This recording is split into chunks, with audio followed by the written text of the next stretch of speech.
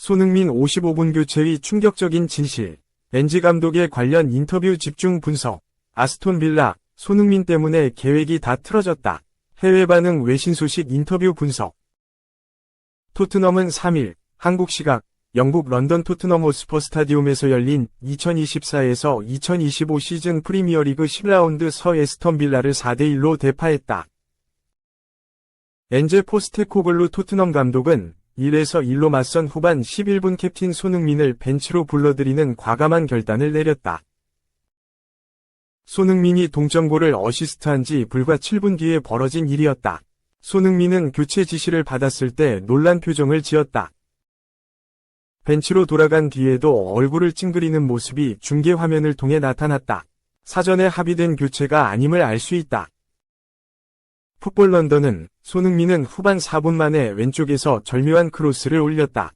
브레넌 존슨의 동점골을 도우며 경기 흐름에 영향을 미쳤다. 하지만 손흥민은 교체 지시를 받고 매우 놀랐다. 자신의 가슴을 가리키는 모습이 카메라에 포착됐다. 정말 자신이 교체되는 것이 맞는지 의문을 제기했다고 교체 상황을 묘사했다. 풋볼 런던은 더그아웃에 들어온 손흥민은 혼잣말을 중얼거렸다. 자신의 셔츠 깃을 물어뜯는 모습이 포착되기도 했다며 손흥민이 불만을 가지고 있었음을 암시했다. 하지만 결과적으로 이를 문제 삼을 수는 없었다. 이후 토트넘이 에스턴 빌라를 압도하며 3골을 추가했다. 풋볼 런던은 당시에는 의외의 결정이었으나 토트넘이 확실한 승기를 잡았다. 손흥민을 무리하게 밀어붙여 또 다른 부상의 위험을 감수하지 않았다. 결국 옳은 결정이었음이 증명되었다고 평가했다. 포스테코글루는 이를 대수롭지 않게 여겼다. 풋볼 런던 이 공개한 기자회견 전문에 따르면 포스테코글루도 나름 생각이 있었다. 다만 선수 기용은 감독 고유의 권한인 만큼 선수들과 논의할 필요는 없다는 것이 그의 단호한 입장이었다. 취재진은 어떤 생각으로 손흥민을 교체했는지 물었다. 포스테코글루는 손흥민은 오늘 그 이상은 뛸 수 없었다. 그는 부상을 당한 뒤에 돌아왔다. 지난번에도 60분쯤 됐을 때 이미 지쳐 있었다. 그래서 경기가 어떻게 진행되든 55분에서 60분 이상은 뛰지 못할 것이다. 라고 설명했다. 길어야 60분, 후반 15분 정도가 지나면 무조건 뺄 생각이었다는 것이다. 포스테코글루는 가장 중요한 점은 그가 상당한 기여를 했다는 것이다. 우리의 첫 골을 위해 훌륭한 역할을 해냈다. 다시 말하지만 우리는 앞으로 더 많은 전투를 치러야 한다. 그가 필요하다. 그래서 그를 더 뛰게 하지 않았다. 고 덧붙였다. 현지 취재진은 손흥민의 반응에 주목했다. 취재진은 손흥민은 자신이 빠지는 것에 대해 조금 놀란 듯이 보였다. 그의 반응은 어땠나? 그에게 따로 설명을 했는가? 라고 물었다. 포스테코글루는 아니다. 나는 소니에게서 아무런 차이를 느끼지 못했다. 선수가 자신이 아웃되는 것을 좋아한다면 오히려 놀랄 일이다. 그리고 그와 논의할 필요는 없다. 이미 말씀드린 것처럼 더 중요한 것은 전체적인 그림이다. 라고 밝혔다. 한편 손흥민은 9월 27일 유로파리그 1라운드 카라바흐 FK와의 홈경기에서 다쳤다. 승기를 잡은 후반 26분 허벅지 통증을 호소하면 주저앉았다. 이후 프리미어리그 6라운드 맨체스터 유나이티드 원정, 유로파리그 2라운드 페렌츠바로시 원정, 프리미어리그 7라운드 브라이턴 원정에서 제외됐다. 2026년 북중미 월드컵 아시아 3차 예선 대표팀에도 소집되지 않았다. 손흥민은 19일 열린 프리미어리그 8라운드 웨스트햄전에 복귀했다. 손흥민은 3골에 관여하며 4대1 승리에 앞장섰으나 70분 만에 교체됐다. 경기 후 다시 통증을 느끼면서 훈련에 참여하지 않았다. 이후 유로파리그 AZ 알크마르전과 프리미어리그 9라운드 크리스탈 팰리스전에 또 결장했다. 카라바오컵 16강전 맨체스터 시티전 복귀가 유력해 보였는데 또 나오지 않았다. 손흥민은 약 2주 만에 복귀전을 펼친 것이다. 지난 웨스트햄전 직후에 다시 아팠기 때문에 포스테코글루는 극도로 보수적으로 손흥민을 관리한 것으로 보인다. 2. 메뉴 첼시와 1에서 1 개막 10경기서 승점 12 40년 만에 최악 메뉴는 4일, 한국 시간, 영국 맨체스터의 올드 트래퍼드에서 열린 2024-25 EPL 10라운드 홈 경기에서 첼시와 1-1로 비겼다. 승점 1을 따낸 메뉴는 3승 3무 4패, 승점 12로 웨스트햄, 승점 11을 제치고 13위로 한 계단 상승했다. 그러나 선두 리버풀, 승점 25과 거리가 더 벌어지면서 5승 경쟁에선 일찌감치 밀려났다. 특히 메뉴가 개막 10경기에서 기록한 승점 12는 1986에서 87 시즌 이후 가장 저조한 성적이다. 부진이 길어지자 메뉴는 에릭 테나흐 감독을 경질하는 강수를 뒀다. 리트 판니스텔로이 감독 대행이 팀을 이끌고 있으나 이달 A 매치 기간이 끝난 뒤에는 후뱅 아모림 감독이 지휘봉을 잡을 것으로 보인다. 메뉴 원정에서 승점 1을 보탠 첼시, 승점 18골 득실 플러스 8는 아스널, 승점 18골 득실 플러스 6을 밀어내고 4위에 자리했다. 이날 메뉴는 전반전에 첼시와 한 차례씩 골대를 맞추며 팽팽한 접전을 벌였는데 먼저 0위 균형을 깼다. 후반 23분 카세미로가 첼시 수비 뒤로 침투하는 라스무스 호일룬에게 긴 패스를 했다. 호일룬은 공을 받은 뒤 로베르트 산체스 골키퍼의 손에 걸려 넘어졌고 주심이 페널티킥을 선언했다. 이후 키커로 나선 브루노 페르난데스가 가볍게 성공했다. 그러나 메뉴의 기쁨은 오래가지 않았다. 메뉴는 9분 뒤 코너킥 수비 상황에서 공을 멀리 처리하지 못했고 모이세스 카이세도가 오른발 논스톱 슈팅으로 동점골을 뽑아냈다. 이후 1진1퇴의 공방이 펼쳐졌지만 두 팀 모두 결승골을 넣지 못했다.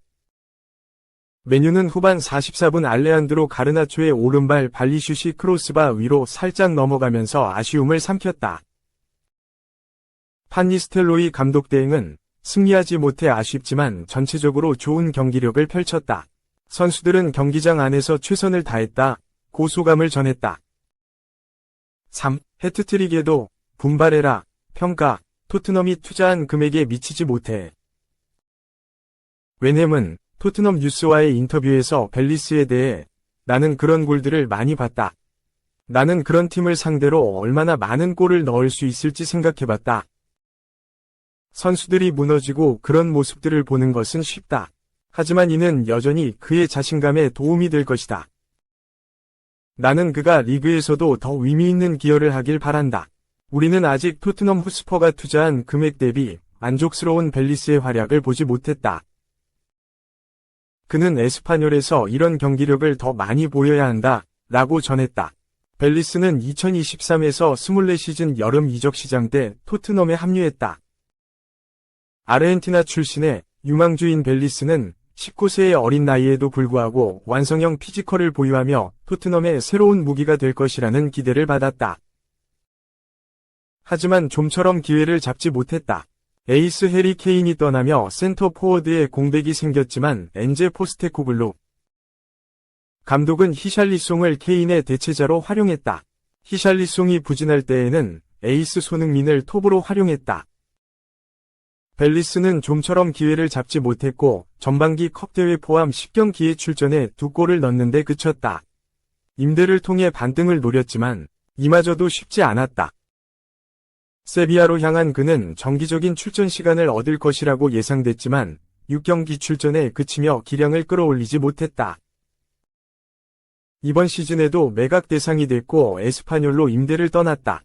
에스파뇰에선 꾸준히 출전 기회를 쌓고 있다. 라요 바에카노전에선 데뷔골을 넣으며 팀의 승리를 이끌었고 이 활약에 힘입어 스페인 라리가 8월 U23 이달의 선수 후보에 선정되기도 했다. 붙박이 주전은 아니지만 리그에서 11경기 연속 출전 기록을 쌓고 있으며 지난 산티르소와의 코파델 레이 1라운드에선 해트트릭을 달성하며 팀의 4에서 0 승리에 기여했다. 임대 후 첫 해트트릭으로 극찬을 받았다.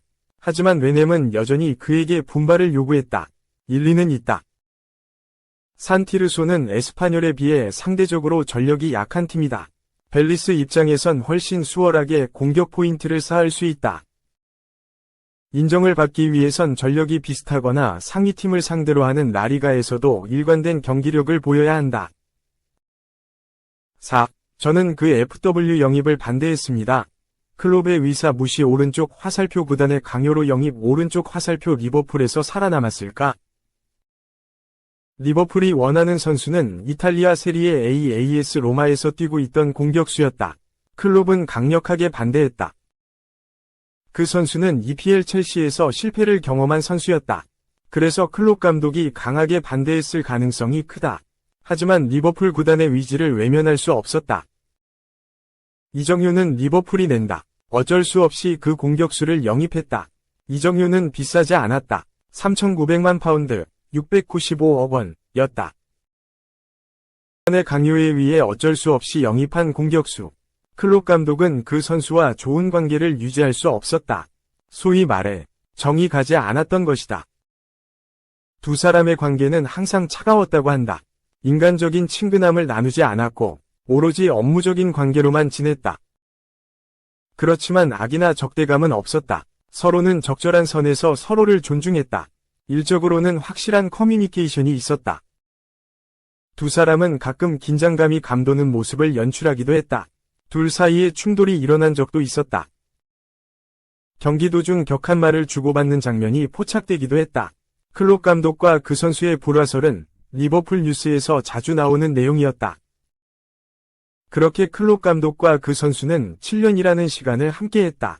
함께 349경기를 소화했다. 클롭 감독도 그 선수도 프로였다. 최고의 프로였다. 서로가 인간적으로는 마음을 나누는 사이가 아니었지만 축구적으로는 완전히 한 몸이 됐다. 일적으로는 확실했다. 서로를 잘 활용했다. 두 사람이 함께한 349경기 동안 그 공격수는 211골, 89도움을 기록했다. 클롭의 에이스, 리버풀의 상징이 됐다. 이 기간 동안 리버풀은 한이었던 EPL 우승을 해냈고 유럽축구연맹, 우에파, 챔피언스리그, UCL, 정상에도 올랐다. 그리고 총 7번이 우승을 경험했다. 리버풀의 황금기가 열렸다. 클롭 감독과 그 공격수의 시너지 효과가 만들어낸 영광이었다. 클롭 감독은 리버풀의 전설적 감독이 됐고 그 공격수는 리버풀 전설적 공격수로 역사의 이름을 남길 수 있게 됐다. 두 사람 모두 윈윈한 것이다.